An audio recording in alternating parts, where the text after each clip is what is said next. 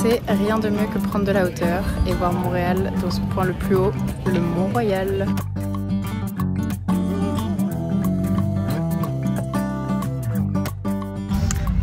Je vous conseille aussi d'aller voir le lac aux castors qui est dans le parc du Mont-Royal. Et l'hiver, vous pouvez plus patiner sur le lac, mais ici ils installent du coup toute une patinoire entre les arbres et c'est très sympa.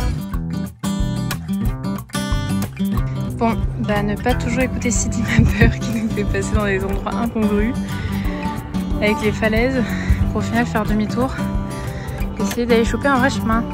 On est enfin arrivé au deuxième belvédère du Mont-Royal avec une super vue sur tout le plateau Mont-Royal. On peut observer le parc olympique et le pont Jacques-Cartier avec les monts en arrière-plan comme le mont Saint-Bruno. C'est bon, on a enfin réussi à trouver un chemin pour descendre du Mont-Royal. Et maintenant on va manger parce qu'il se fait tard.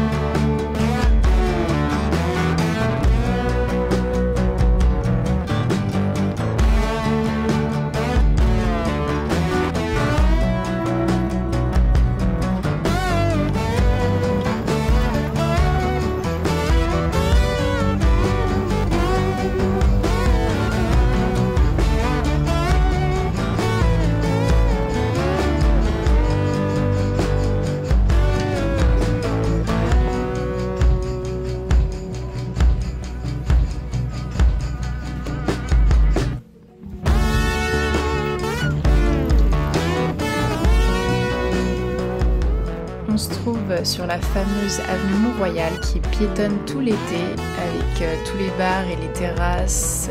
Il y a plein d'installations dans toute la rue, c'est très sympa. Là, donc, tu peux patiner sur l'étang et bah, c'est immense. Donc en fait, tu fais vraiment des grands tours. C'est une des plus grandes patinoires du coup qu'il y a. Et puis c'est sympa parce que du coup, c'est pas juste un carré d'eau quoi.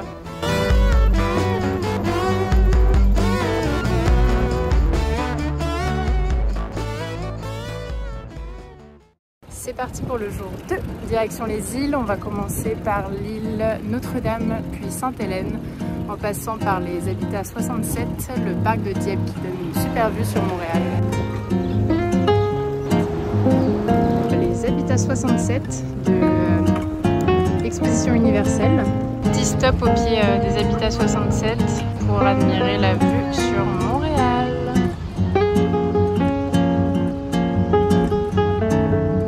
Tout le trajet bien sûr avec Xi parce que pour aller aux îles on peut y aller donc en métro et en bus, mais on n'a pas accès à tout et surtout pour voir certains points de vue c'est bien plus intéressant de les voir à vélo et de pouvoir s'arrêter quand on veut. Et il y a pas mal de stations Bixi en longeant par derrière les Habitats 67 que vous pouvez accéder à la vague. N'hésitez pas à faire un petit stop pour aller admirer les surfeurs, c'est quand même très sympa.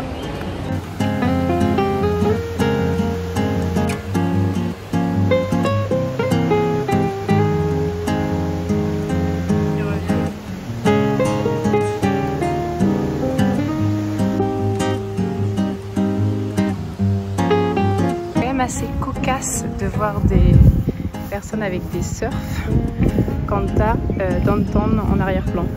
Et il y a un castor là, il est énorme. Petite vue du parc de Dieppe, le Cirque du Soleil, la Grande Roue, la Tour de l'Horloge, le pont Jacques-Cartier. Mes petites vues sur l'île Sainte-Hélène du coup, avec le dôme juste là et le pont Jacques-Cartier. Renforcer les vélos direction l'île de Notre-Dame par le pont de la Concorde, donc, qui là est en travaux, donc c'est un peu dommage parce qu'il y a quand même une super vue sur le pont Jacques-Cartier. Ça y est, on est sur le circuit de Formule 1 et nous on était en haut là quand on avait pu voir la parade. Là, on se trouve au lac de l'île Notre-Dame, au pied du casino, sur lequel il y a une plage, la plage Jean Doré, dont l'accès est payant, c'est un peu moins de 10 $.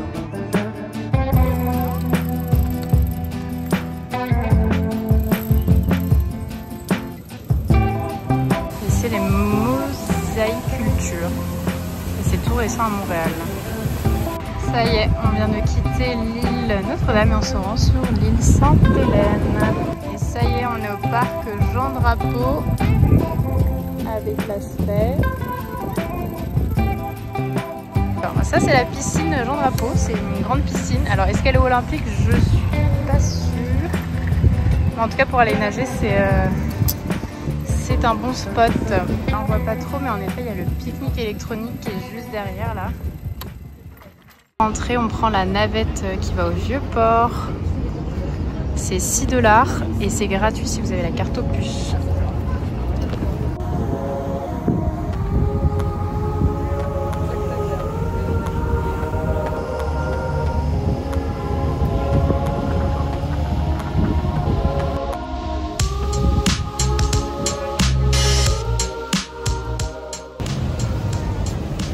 On démarre le Vieux-Port par la place Jacques-Cartier. Petite rue Fleury, c'est la rue Saint-Amable.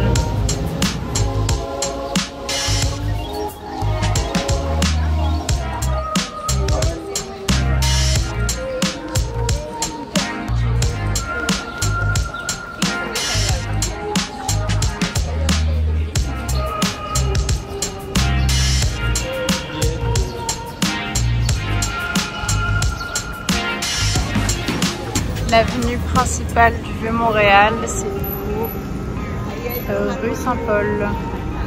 Très typique, un peu européen. Vraiment très sympa, mais très touristique. Beaucoup de magasins de tourisme, beaucoup de restaurants de touristes. Ça, c'est une petite boutique dans laquelle il y a plein de petits gadgets, de petits souvenirs. Et quand même assez sympa. Donc il y a le Walk-in de Montréal et ils ont pas très loin à côté le magasin général. Bon, les deux sont ensemble. Le Vieux-Port, c'est aussi les travaux.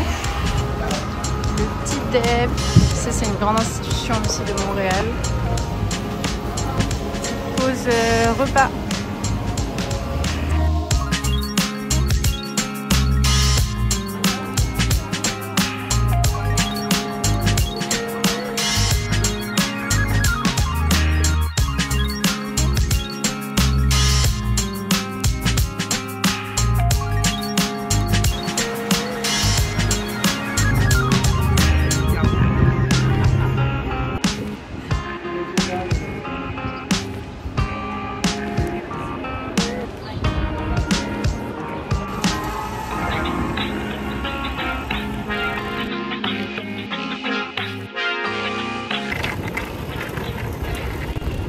Petite balade au canal de la Chine à Bixi et on va aller se faire une petite brasserie, une micro-brasserie du moins parce que c'est quand même la base ici.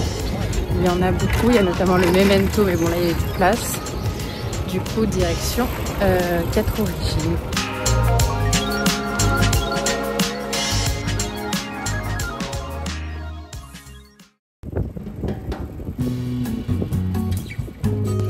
Jour 3, on commence par une petite balade le long du canal La Chine pour aller au marché Aquaculture.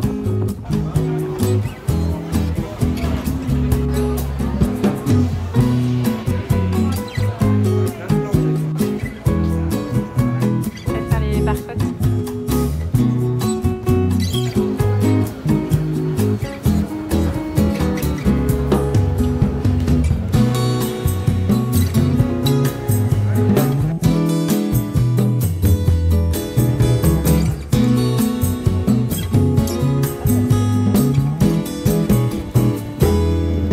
Balade à vélo dans Verdun, direction la rue Wellington. On visite donc la rue Wellington dans le quartier Verdun. Quartier Verdun qui est aussi un très chouette quartier qui commence à pas mal se gentrifier et à se rapprocher un peu du mood du plateau. Et donc rue Wellington apparemment a été élue la rue la plus cool du monde. Attention.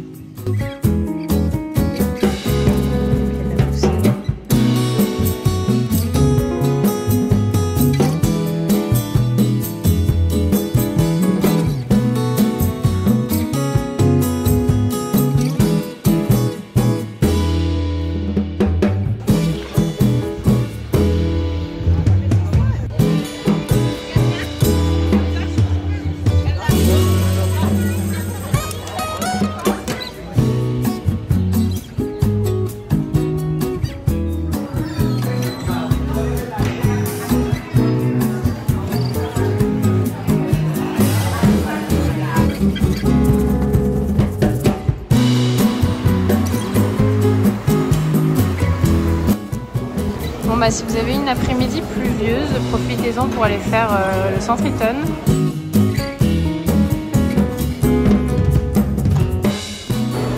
L'avantage c'est que vous pouvez tout faire en intérieur puisqu'il y a tous les 3 centres commerciaux qui sont reliés.